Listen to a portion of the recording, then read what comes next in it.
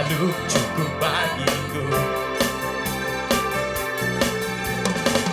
Keagunganmu, kedahsyatanmu terpancar dari indahnya dunia.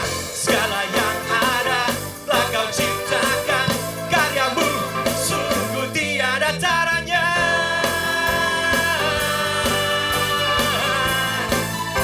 Sungguh tiada taranya.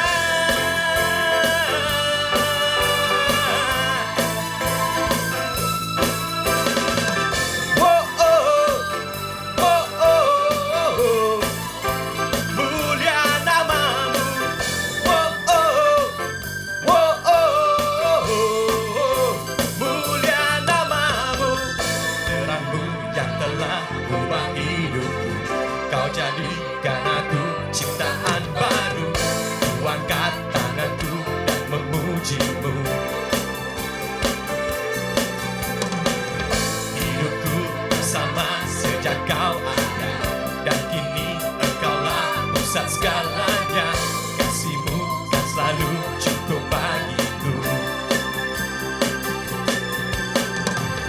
Keagunganmu, kedahsyatanmu terpancar dari indahnya dunia. Segala yang ada kau telah ciptakan, karyamu sungguh tiada taranya.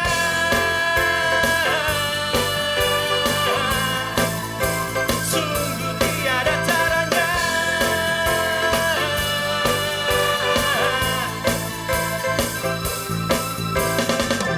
Oh, oh, oh, oh, oh. Mulia namamu. Oh, oh, oh, oh, oh. Mulia namamu.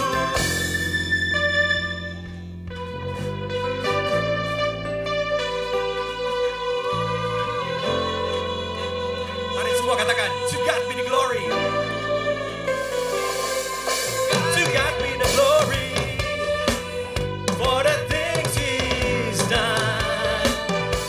To God be the glory for the things He's done. To God be the glory for the things He's done. To God be the glory for the things He's done. Keagunganmu, kedahsyatanmu terpancar dari indahnya dunia. Kami nyatakan Yesus mulia. Segala yang ada kau telah ciptakan, karyamu sungguh tiada taranya. Kami nyatakan Yesus mulia. Oh, oh, oh, oh, oh. Mulia namamu. Oh, oh, oh, oh, oh. Mulia namamu. Oh, oh, oh, oh, oh. Mulia namamu. Oh, oh, oh, oh, oh. Mulia namamu. Amin. Teman-teman, di Matius 24 ayat 13, Tuhan Yesus berkata begini. Tetapi orang yang bertahan sampai pada kesudahannya akan selamat. Seperti Tuhan yang setia sampai akhir untuk menebus dosa kita. Apakah kita akan setia kepada Tuhan sampai akhir hidup kita? Mungkin kita tidak bisa menulis awal mula hidup kita. Tetapi mulai hari ini sampai akhir hidup kita, kita bisa menulis lembaran baru tentang kesetiaan kita kepada Tuhan. Amin.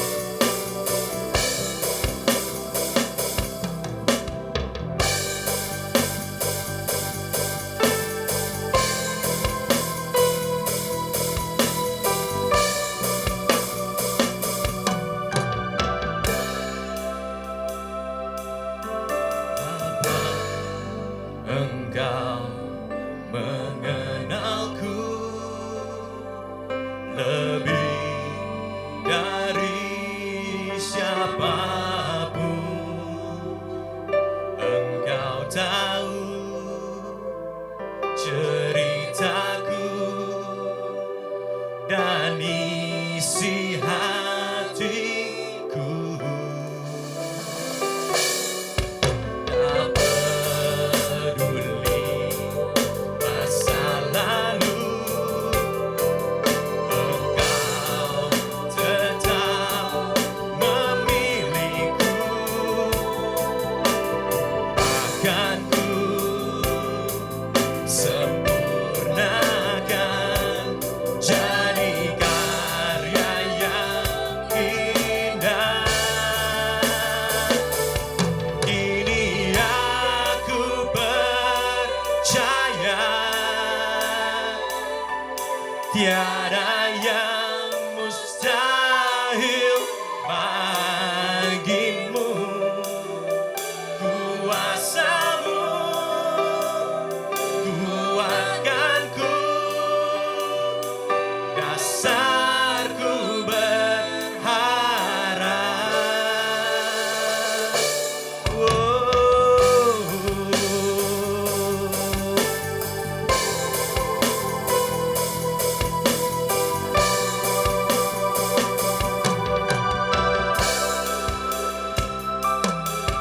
Bapa, Engkau mengenalku lebih dari siapapun. Engkau tahu ceritaku dan isi hatiku. Tak peduli masa lalu, Engkau tetap memilihku. Akan ku sempurnakan jadi karya yang indah. Kini aku percaya tiada yang mustahil bagimu. Kuasamu kuatkanku, dasarku berharap. Kini aku berserah pada rancanganmu bagiku. Ku ikuti panggilanmu, bukan setia sampai akhir hidup. Kini aku percaya tiada yang mustahil bagimu. Kuasamu kuatkanku, dasarku berharap. Kini aku berserah pada rancanganmu bagiku. Ku ikuti panggilanmu, bukan setia sampai akhir hidup. Kini aku percaya tiada yang mustahil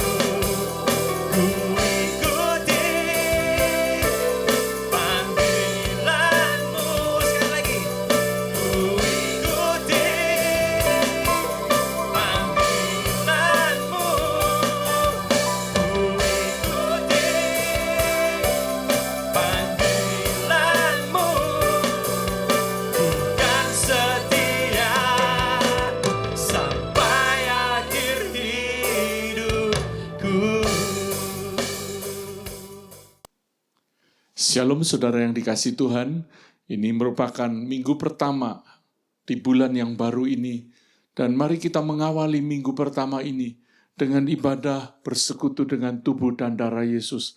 Kiranya saudara sudah menyiapkan bahan perjamuan bagi saudara yang tidak bisa ibadah onsite, mungkin sedang ada di perjalanan, ada di luar kota, di tempat yang terpencil. Tidak ada batasan untuk kita beribadah. Dan saya percaya Tuhan tetap hadir. Saudara yang dikasihi Tuhan, bulan ini kita mengambil tema tentang mengembangkan hidup benar. Ini merupakan tema nasional GBI.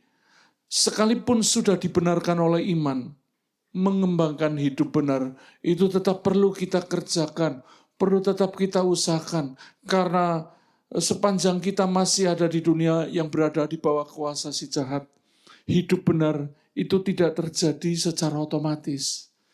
Kita terima roh yang baru, kita terima hati yang baru. Tapi masih ada godaan dari si jahat yang memungkinkan kita bisa jatuh. Itu sebabnya kita perlu belajar bertanggung jawab untuk mengembangkan hidup benar. Hanya di surga yang tidak ada, kita tidak mungkin jatuh lagi. Hanya di surga yang kita tidak mungkin kembali kepada dosa. Kenapa? Di sana iblis sudah dihukum. Tidak ada iblis. Dan kita tahu Adam dan Hawa manusia pertama yang sempurna, yang diciptakan oleh Tuhan serupa dan segambar dengannya. Mereka jatuh karena tergoda oleh iblis. Itu sebabnya kita perlu belajar melatih otot iman kita. Untuk kita menjadi orang-orang yang bertanggung jawab, yang bertumbuh dalam hidup benar. Status kita orang benar. Tapi hidup benar itu perlu dikembangkan, perlu kita latih. Nah, salah satu yang perlu kita waspadai adalah keserakahan. Hari ini saya memberi judul khotbah, mewaspadai keserakahan. Mari kita buka ayatnya di Kolose pasal 3, ayat 5 sampai ayat yang ke-7. Mari kita membaca ayat ini. Dikatakan, karena itu matikanlah dalam dirimu segala sesuatu yang duniawi, yaitu percabulan, kenajisan, hawa nafsu, nafsu jahat, dan juga keserakahan yang sama dengan penyembahan berhala. Semuanya itu mendatangkan murka Allah. Dahulu kamu juga melakukan hal-hal itu ketika kamu hidup di dalamnya. Ya, kalau kita membaca tadi bahwa tercatat daftar segala sesuatu yang duniawi. Apa saja di situ? Kenajisan, percabulan, hawa nafsu, nafsu jahat, dan juga keserakahan. Dan semua daftar ini disamakan dengan dosa penyembahan berhala. Merupakan dosa yang serius, dosa yang besar. Ya, saya tidak berkata ada dosa kecil, dosa besar. Tapi ada dosa yang serius, yang bisa membawa kita kepada maut kalau kita tidak bertobat. Dan di bagian terakhir tadi, keserakahan itu disamakan dengan penyembahan berhala. Jadi bukan hanya kenajisan, bukan hanya nafsu jahat, serakah pun itu sama dengan penyembahan berhala. Apa itu keserakahan? Ya, serakah itu artinya hasrat rakus untuk mendapatkan lebih. Tidak puas, kepengin lebih, tapi merupakan hasrat keinginan yang sangat kuat. Tadi dikatakan diidentikan dengan penyembahan berhala atau idololatreia. Dari dua kata, salah satunya latreia, menyembah. Ya. Penyembahan kita mempengaruhi dan mengubah kita menjadi seperti siapa yang kita sembah. Ibadah kita mengubah menjadi seperti siapa yang kita sembah. Ada satu ayat di Mazmur 115 ayat 8. Seperti itulah jadinya orang-orang yang membuatnya dan semua orang yang percaya kepadanya. Iman kita akan mempengaruhi, akan membentuk seperti siapa yang kita sembah. Bapak Ibu yang dikasihi Tuhan, nggak bisa sejak Kristen. Tapi perilaku, salah satunya keserakahan saudara, itu menentukan sebenarnya siapa yang saudara selama ini saudara sembah.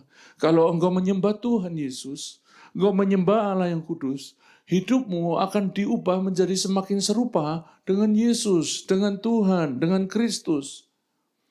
Kekudusan, kasih, kemurnian hati semakin bertumbuh. Tapi kalau kemudian di hati kita lebih banyak dikuasai keserakahan, hasrat rakus, alangkah baiknya kita perlu memperbaiki fokus penyembahan kita. Jangan sampai sebenarnya yang selama ini kita sembah bukan Tuhan, tapi materi, kekayaan, harta, kesenangan, itu yang kita sembah.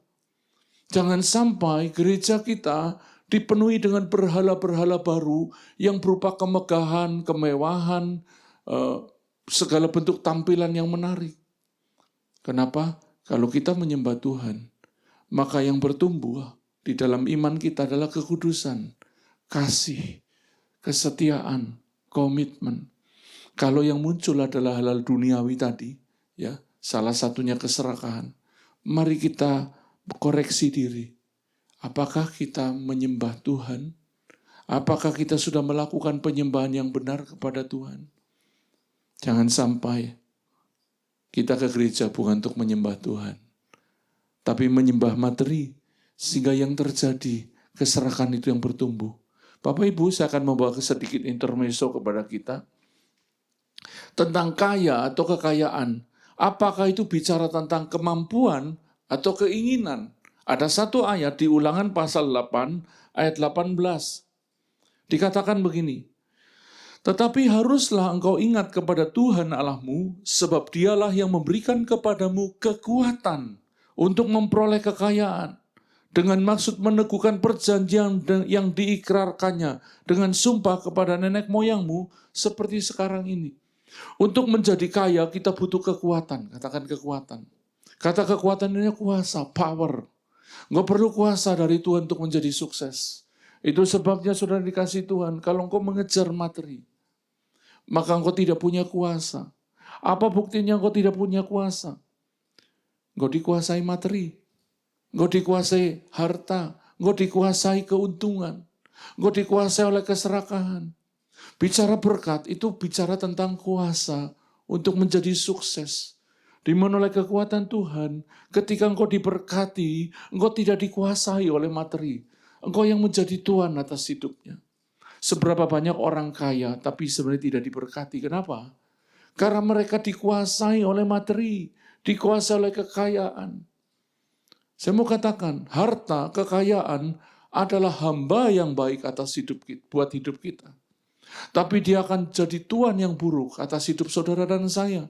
Ketika dia menguasai, yang membuat saudara lebih cinta harta daripada cinta Tuhan, lebih cinta harta daripada cinta sesama, gara-gara uang, gara-gara harta engkau ribut. Ya. Mari kita kembali kepada Kolose pasal 35 sampai ayat 7. Tadi dibuka, matikanlah dalam dirimu. Kalau saat ini di dalam diri saudara ada keserakahan atau hal-hal duniawi, engkau perlu mematikannya dengan sengaja. Menyalibkan diri supaya hal-hal yang bertentangan dengan kerajaan surga ini mati atas hidupmu. Kita memang tidak merencanakannya, namun iblis bisa saja menaburkannya. Ketika kita lahir baru, hati kita murni. Ketika kita lahir baru, kita terima yang roh yang sama sekali baru. Melewat roh yang sama sekali baru itu, kita terhubung dengan Tuhan dalam kekudusan, dalam kemurnian hati nurani, dalam kesungguhan, dalam kerinduan, dan rasa hormat yang dalam kepada Tuhan. Tapi dalam perjalanan iman di dunia ini, iblis bisa menaburkan keserakahan. Itu sebabnya kita perlu mematikan, jangan cari akarnya, matikan saja. Ini kenapa saya ada keserakahan? Sudah matikan saja. Supaya energi kita tidak habis untuk mencari akarnya. Tapi kita punya kekuatan untuk mematikan. Ketika kita sadar ada keserakahan, Tuhan ampuni aku mau bertobat dalam nama Yesus. Aku buang semua keserakahan itu. Itu yang perlu kita lakukan. Mari kita matikan. Dan keserakahan itu duniawi, dosa, bukan manusiawi. Kita perlu menyadari ini bahwa keserakahan itu duniawi, bukan manusiawi. Lelah, sedih itu manusiawi. Kita emosi itu manusiawi. Tapi ketika kita dikuasai kemarahan, dikuasai emosi sampai kita tidak bisa mengendalikan diri, itu baru namanya duniawi. Kalau keserakahan tanpa kontrol, tanpa keserakahan itu tetap duniawi. Mau dikontrol atau keserakahan itu duniawi, harus dimatikan. Kalau kita tidak mematikannya, kita hanya bikin dia pingsan sesaat. Yang terjadi hanya dalam sekejap, setelah hati kita murni kembali, pikiran kita murni kembali, kita kembali serakah. Kenapa ada orang yang tidak bertumbuh dalam iman? Karena mereka tidak mematikannya. Mereka hanya sekedar membuat dia pingsan. Tidak aktif sesaat, mari kita matikan. Hingga ketika itu iblis nabur lagi, mati lagi. Tidak berkuasa. Ya. Dan keserakahan itu, hal-hal duniawi itu mendatangkan murka Allah. Kita seringkali berpikir, oh saya tidak berzina, saya tidak selingkuh, saya tidak berjudi, saya tidak membunuh sesama, tapi engkau serakah. Kau punya hasrat yang kuat untuk mendapatkan lebih, keinginan yang sangat kuat sampai itu membuat engkau kehilangan sukacita, kehilangan kemurnian hati, kehilangan ketentraman hidup. Tadi di ayat tadi di Kolose 3 tadi, dahulu kamu juga melakukan hal-hal itu ketika kamu hidup di dalamnya. Kenapa? Sebelum kita lahir baru, memang disitulah kita habitat kita.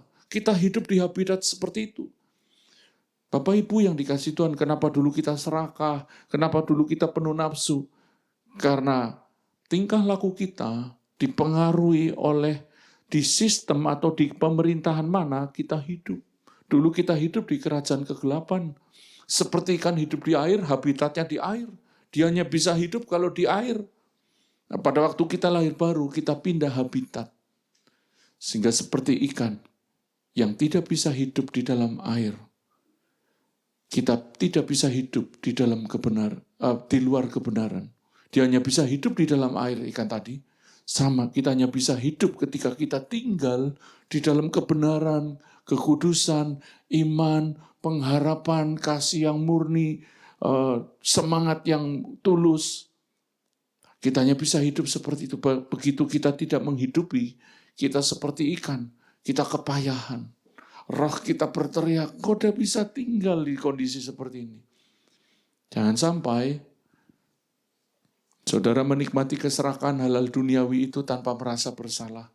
Karena engkau sedang hidup di habitat lamamu, hidup di dalam dosa dan kembali jadi manusia berdosa. Manusia berdosa, dia tidak akan terganggu dengan dosa. Tapi manusia Allah, hamba Tuhan, anak-anak Tuhan yang sudah keluar dari kegelapan dan berpindah kepada terang yang ajaib, dia akan sangat bermasalah. Dia sangat tidak nyaman ketika ada hal yang tidak kudus di hatinya. Itu sebabnya, Bapak Ibu, kalau ada keserahan sedang tumbuh, hal-hal duniawi, nafsu jahat, kenajisan sedang tumbuh, matikan segera. Matikan dalam nama Yesus. Dalam nama Yesus, mari kita matikan semua keserakahan itu. Kita akan belajar tentang sebuah kisah, tentang berbagi warisan. Ini banyak terjadi bahkan di kalangan orang Kristen. Mereka mengincar warisan orang tua bahkan ketika orang tuanya belum meninggal. Mereka berebut warisan. Mereka mencoba segala cara dengan gaya lembut, triki, licik, mendekati orang tua supaya dapat bagian terbanyak, saudara-saudaranya dapat yang kecil. Itu juga jahat. Ada yang dengan cara licik, dengan cara jahat, pakai mengkamuflase, menipu, memanipulasi dokumen. Bahkan yang paling parah, banyak yang sampai ke pengadilan, rebutan warisan. Di Lukas pasal 12, ada sebuah kisah, ini bukan perumpamaan, tapi sebuah kisah. Seorang dari orang banyak itu berkata kepada Yesus, artinya ini bukan kisah perumpamaan, tapi kisah yang terjadi. Guru, katakanlah kepada saudaraku, supaya dia berbagi warisan dengan aku. Lapor sama Tuhan. Tuhan kasih tahu saudaraku, jamah saudaraku, supaya dia berbagi warisan dengan aku. Tetapi Yesus berkata kepadanya, ada sebuah kontradiksi. Saudara, siapakah yang telah mengangkat aku menjadi hakim atau pengantar atas kamu? Tuhan tidak berkata, oh nanti saya kasih tahu saudaramu, nanti saya ingatkan. Kita seringkali Roh Kudus ingetin saudaraku ya supaya dia tidak serakah. Seringkali di balik niat ini, seringkali justru diri kita yang perlu diperbaiki. Mungkin kita merasa diperlakukan tidak adil. Di ayat 15 dikatakan begini, katanya lagi kepada mereka, Tuhan mengambil nasihat atas peristiwa tadi. Seorang anak muda minta agar Tuhan Yesus memberitahu saudaranya berbagi warisan. Berjaga-jagalah dan waspadalah terhadap segala ketamakan. Sebab walaupun seorang berlimpah-limpah hartanya, hidupnya tidaklah bergantung daripada kekayaannya itu.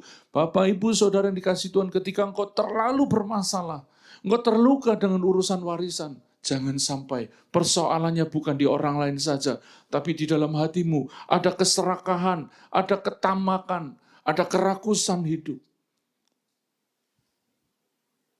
Bapak Ibu, sekalipun kau diperlakukan tidak adil, surga melihat. Engkau bisa tetap diberkati. Saya ingat ketika ayah saya sebagai orang tua yang terakhir yang meninggal setelah mama saya meninggal. Kami didudukan oleh om berlima. Ada satu bidang tanah, ada satu rumah, ada satu toko. Kami bukan orang kaya, kami duduk berlima. Lalu ditanya ini gimana nih? Kakak pertama berkata, biar saya nggak ambil. Kakak kedua berkata, saya nggak ambil. Ketiga, saya juga nggak. Keempat, saya juga nggak.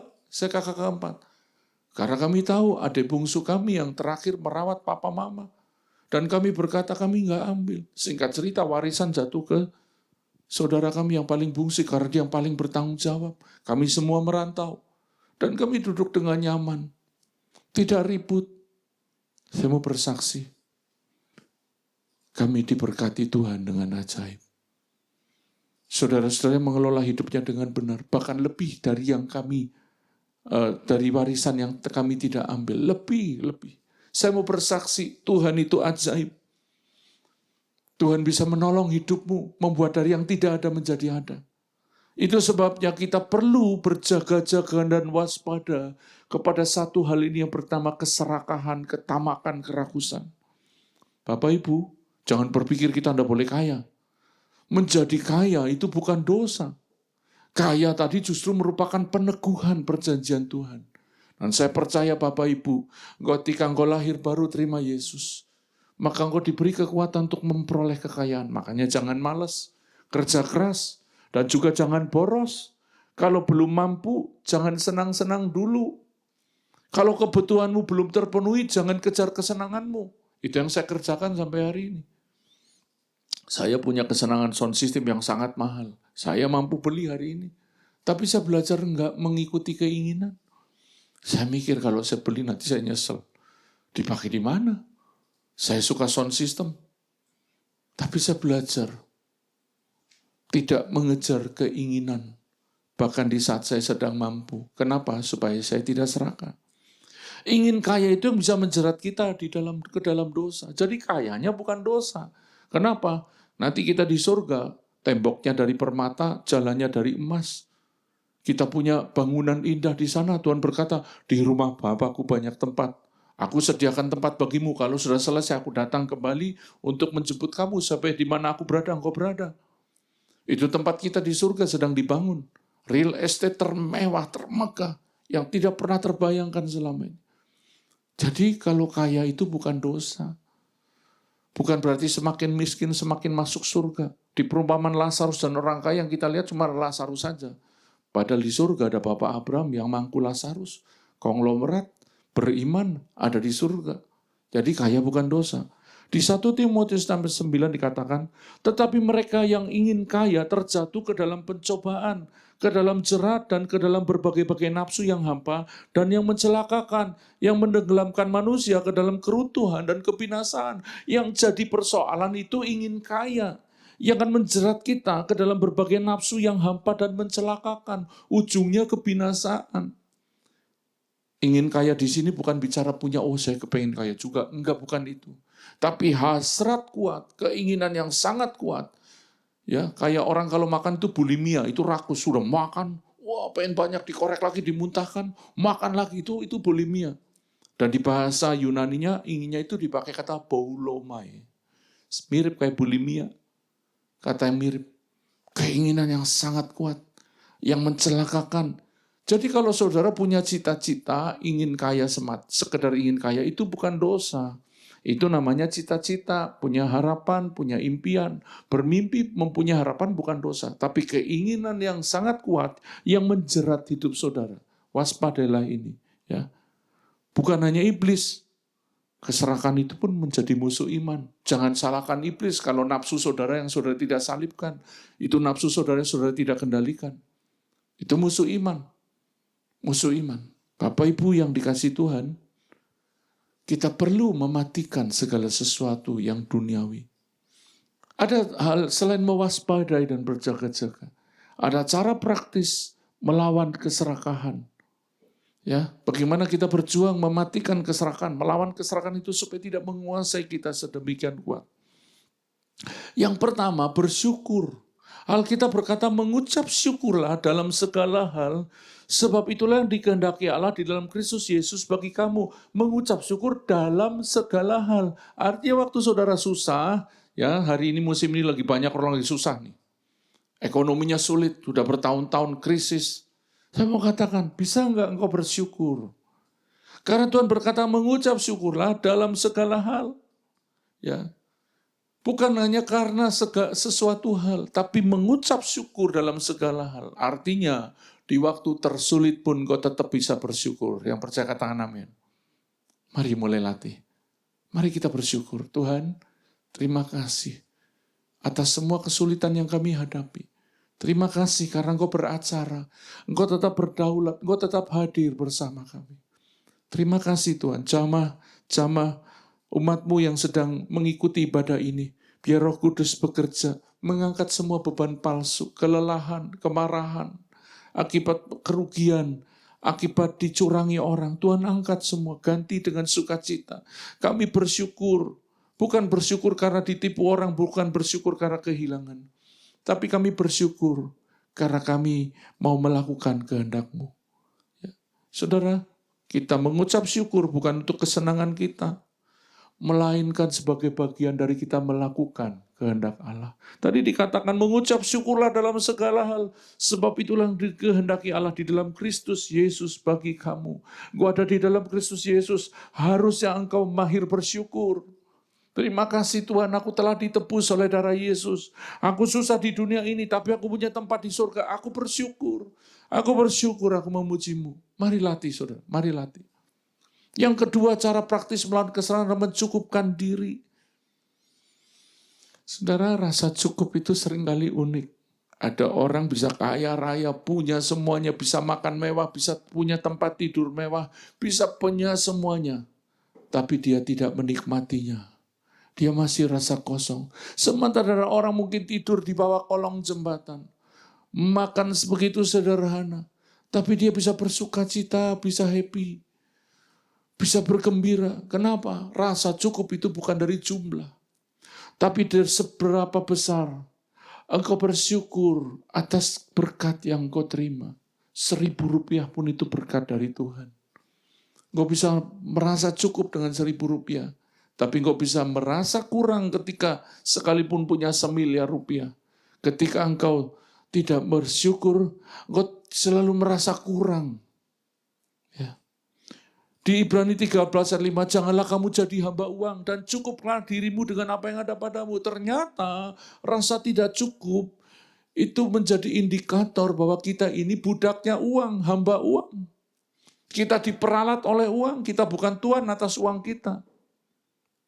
Mari kita belajar mencukupkan diri.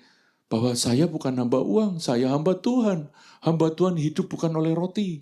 Hamba Tuhan, anak Tuhan bukan hidup dari uang. Tapi hidup dari firman Tuhan. Saat ini bisa terjadi. Di tengah engkau lagi krisis, tidak punya uang, tagihanmu begitu besar. Kalau engkau mencukupkan diri, Tuhan yang akan cukupkan kebutuhanmu. Tuhan akan cukupkan hutang-hutang saudara. Ya. Karena Allah telah berfirman, aku sekali-kali tidak akan membiarkan engkau. Dan aku sekali-kali tidak akan meninggalkan engkau. Ketika kita mencukupkan diri, bagian selebihnya itu urusan Tuhan. Tuhan berkata, aku tidak akan membiarkan engkau.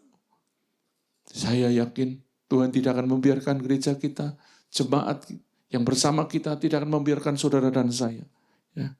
Ada kata mencukupkan tadi itu ada satu kata dari kata Yunani, yang artinya dikuasai oleh kekuatan yang tidak pernah pudar. Rasa cukup itu bicara tentang kuasa Tuhan yang menguasai hati kita, pikiran kita. Ya. Bicara tentang rasa cukup itu merasa puas, merasa senang dan tenang. Dan itu hasil dari kekuatan Tuhan yang diberi oleh Roh Kudus di dalam hidup kita. Biar kiranya Roh Kudus pagi ini menolong saudara untuk mengalami rasa cukup ilahi. Amin, saudara. Semoga Tuhan menjamah saudara pagi ini. Yang ketiga, cara praktis melawan keserakahan adalah suka memberi dan berbagi. Saudara, orang-orang yang pelit itu biasanya pasti serakah. Karena dia tidak pernah merasa cukup, dia sulit bersyukur. Kita suka memberi dan berbagi. Di Amsal 30 dikatakan ayat 15a, si lintah mempunyai 2 anak perempuan, untukku dan untukku, tidak ada untukmu. Rakus. Saya kaget karena di tengah persiapan khotbah ini minggu lalu hamba Tuhan yang tamu di gereja kita menyampaikan tentang lintah. Saya kaget. Saya merasa diteguhkan. Jangan jadi kayak lintah. Lintah itu hanya bisa menghisap. Dia tidak pernah memberi. Dia tidak pernah berbagi dan begitu dia kenyang dia jatuh sendiri. Bapak Ibu, jangan sampai kekayaanmu, keserakahanmu juga menjatuhkan hidupmu. Seperti lintah. Mari jangan jadi lintah. Memberi dan berbagi. Katakan memberi dan berbagi. Bapak Ibu, kenapa digambarkan seperti lintah? Ada orang yang begitu rakus, sehingga dia tidak akan membiarkan siapapun hidup kecuali dirinya sendiri. Pokoknya dia menghisap. Ketika orang seperti ini menggenggam sesuatu yang dapat menguntungkan, dia tidak akan melepaskannya. Seperti lintah yang terus menghisap darah. Kalau engkau seperti lintah pagi ini, mari bertobat, berbagi, memberi. Berbagi itu sederhana. Kadang kau bisa berbagi sedikit. Saya praktek ini ketika kalau saya biasanya habis makan di satu tempat. Saya beri tukang parkir lebih. Kadang lebih cuma 2.000, dari 3.000 saya kasih 5.000-an. Kadang tergerak kasih 10.000, saya berpikir, saya makan enak di restoran bersama teman. Saya bisa menikmati tukang parkir itu. Masa saya tidak bisa memberi lebih sedikit? Saya berbagi. Ya walaupun tidak setiap kali, saya juga harus mengatur keuangan pribadi. Memberi. Kadang berbagi kepada satpam di komplek. Kadang berbagi kepada tukang sapu jalan di depan kami. Mereka begitu happy. Melihat orang happy, hati lebih sukacita lagi. Kenapa ada orang susah bersukacita? Karena pelit. Pelit. Dia tidak pernah merasakan sensasi lain apapun selain dia berserakah. Selain dia menghisap kekayaan, mengambil keuntungan. Dia tidak pernah merasakan sukacita. Karena kaya itu tidak bikin sukacita. Yang bikin kau sukacita adalah ketika kau suka memberi. Kau suka berbagi. Lewat suka memberi dan berbagi, rasa berartimu bertumbuh. Dan bukan cuma itu, damai sejahtera Allah yang melampaui segala akan mengalir. Karena di tempat seperti itulah, di dalam kemurahan, siapa yang memberi kemurahan, kata Alkitab, akan diberi kemurahan. Lah kalau kita pelit, Tuhan juga sepertinya pelit buat hidup kita. Hal yang keempat, cara praktis melawan keserakahan. Jangan suka mengukur dan membandingkan kemajuan diri dengan pencapaian orang lain. Tidak usah lihat tetangga mobilnya baru, motornya baru, handphonenya baru. Saya belum bisa. Kalau belum bisa, nggak usah iri. Makanya di Roma 12 ayat 3 berkata, berdasarkan kasih karunia yang dianugerahkan kepadaku, aku berkata kepada setiap orang di antara kamu, kepada setiap saudara dan saya, janganlah kamu memikirkan hal-hal yang lebih tinggi daripada yang patut kamu pikirkan. Tetapi hendaklah kamu berpikir begitu rupa, sehingga kamu menguasai diri menurut ukuran iman yang dikaruniakan Allah kepada kamu masing-masing. Bapak Ibu, tidak semua orang ditakdirkan jadi konglomerat oleh Tuhan. Tidak semua orang diberi takaran yang besar. Jangan kau ukur semua itu. Dikatakan tadi setiap orang. Setiap orang. Janganlah kamu memikirkan hal-hal yang lebih tinggi daripada yang patut kamu pikirkan. Tetapi hendaklah kamu berpikir begitu rupa. Ada satu kata berpikir begitu rupa adalah berpikir jernih, berpikir waras. Ketika saudara dan saya terus membandingkan diri dengan orang lain, kita sedang tidak waras. Kita sedang tidak berpikir jernih. Orang tidak berpikir jernih, orang yang tidak waras pikirannya pasti tidak ada sukacita. Mari kita tidak suka iri hati, dengki kepada orang lebih sukses.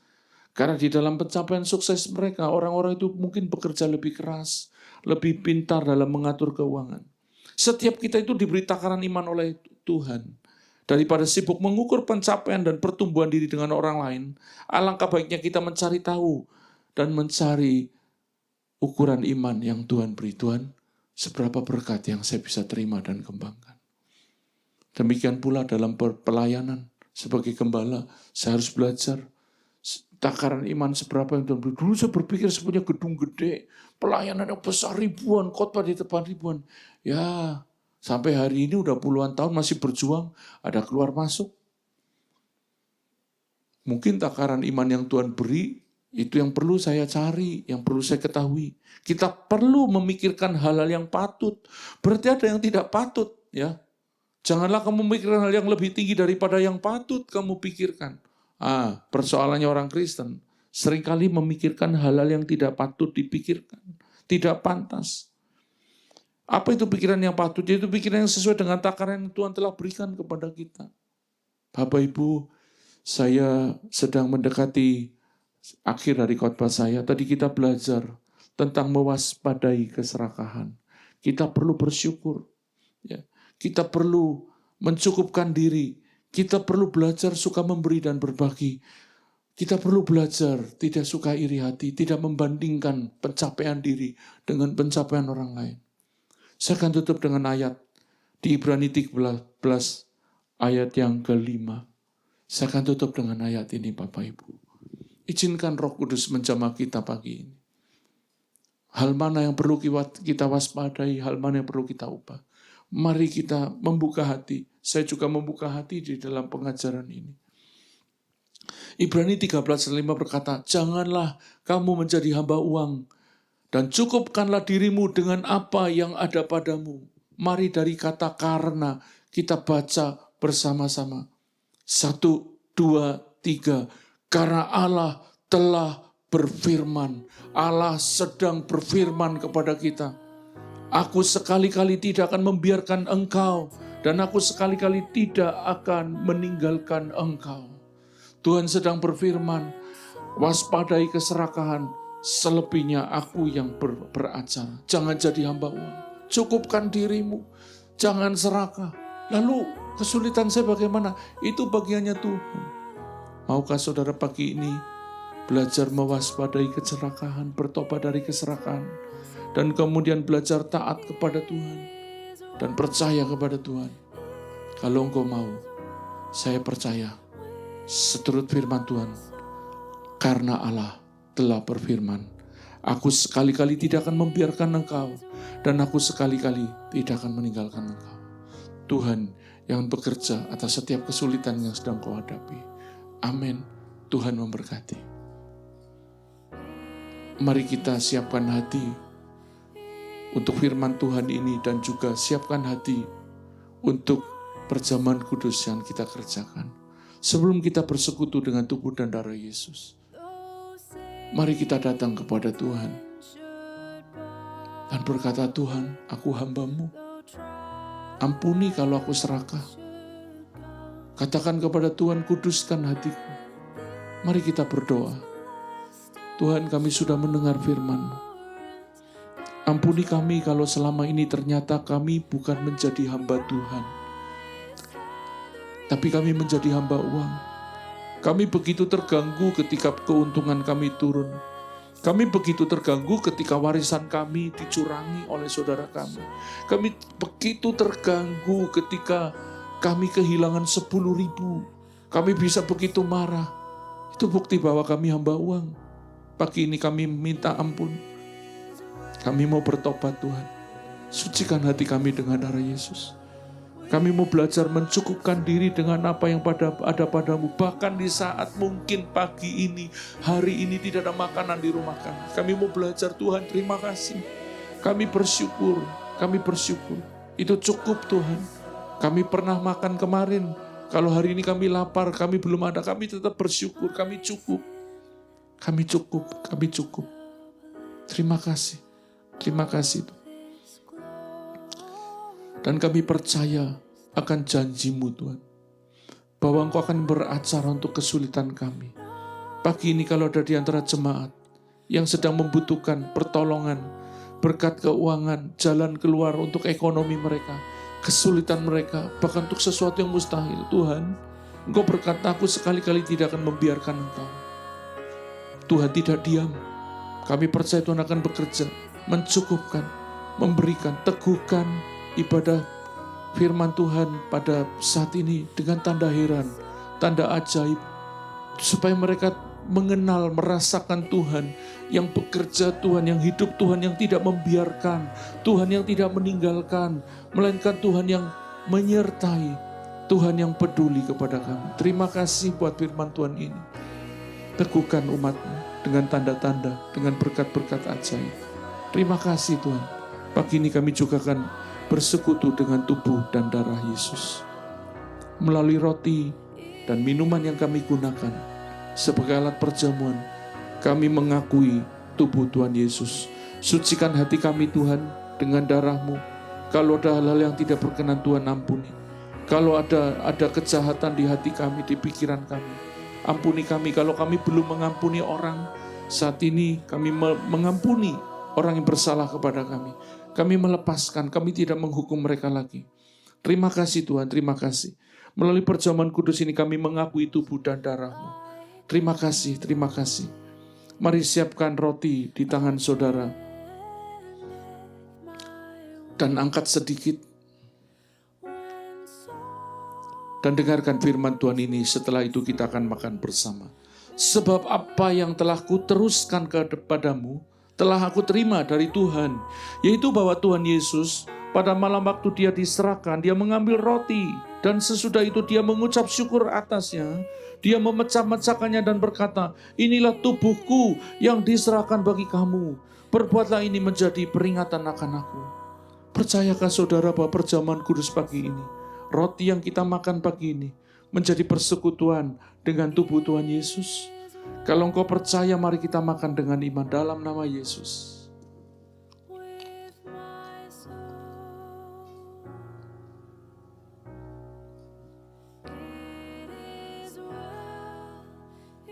Terima kasih Tuhan, oleh bilur-bilur-Mu kami sembuh.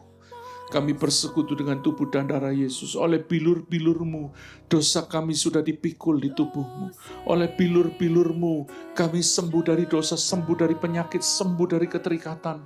Oleh bilur-bilur-Mu, kami menerima kuasa kesembuhan itu. Kami terima dengan iman Tuhan. Terima kasih Tuhan, terima kasih.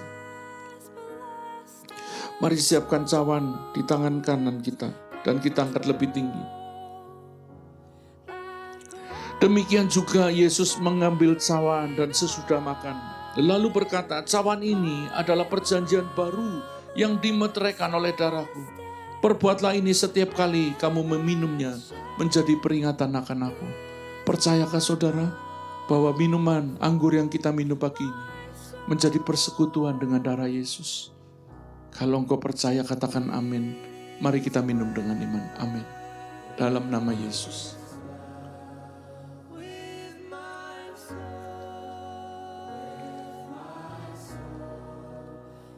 Saudara, Alkitab berkata bahwa darah itu menjadi meterai.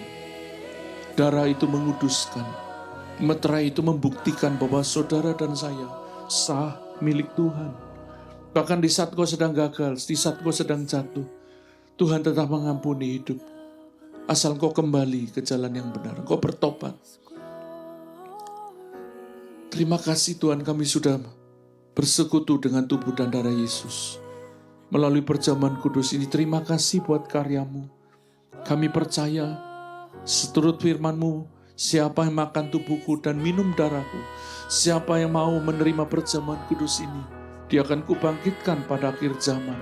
Terima kasih, kami punya kuasa kebangkitan itu. Kami percaya hidup kami sudah ditebus, diselamatkan, dan dijamin pasti selamat. Terima kasih Tuhan. Di akhir ibadah ini, mari curahkan berkat kepada umat-Mu, kepada kami semua yang ada di ruangan ini. Mari arahkan tadi saudara dan terima berkat Tuhan. Tuhan memberkati engkau dan melindungi engkau. Tuhan menyinari engkau dengan wajah-Nya dan memberikan engkau kasih karunia. Tuhan menghadapkan wajah-Nya kepadamu dan memberi engkau damai sejahtera yang melampaui segala akalan pikiran. Berkat-berkat ajaib, berkat-berkat dahsyat yang tidak pernah terpikirkan, yang tidak pernah terlihat oleh mata, yang sudah disediakan oleh Tuhan, kiranya tercurah di dalam nama Tuhan Yesus Kristus. Yang percaya katakan amin. Tuhan memberkati, ibadah sudah selesai.